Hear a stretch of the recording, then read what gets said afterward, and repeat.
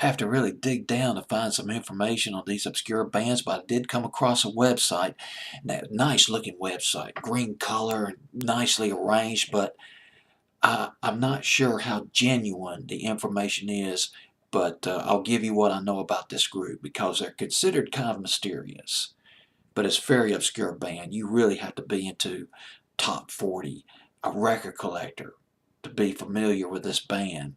Crescents on Billboard's Hot 100 December 28, 1963. The Crescents with Pink Dominoes making their debut at number 95 on that Hot 100 late 1963.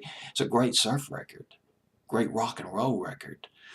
Need all the rock and roll you can get in the early 60s before the British invasion just kicked right in, kicked the doors down wide open to some more great rock and roll from overseas. But this surf classic, kind of reminiscent of the Safaris a little bit. Crescents. The lead guitarist was a woman. Chito is she. Chito is she. Hopi Indian. Supposedly descended from the Hopi Indians. She went to the University of Nebraska back in the 1940s to study music. She hooked up with a guy named Fred Ishii. Fred Ishii, an engineer. They got married. Fred Ishii, he worked at a naval station as an engineer in Southern California. And she started teaching guitar lessons, not just guitar, but various instruments at her home. And Ishii, well, Chito founded her own shop.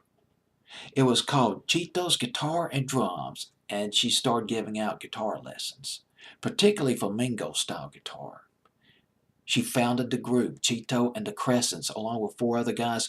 One of the other guys in the group was a guy named Tom Bresh, Rob Fresh, Bresh.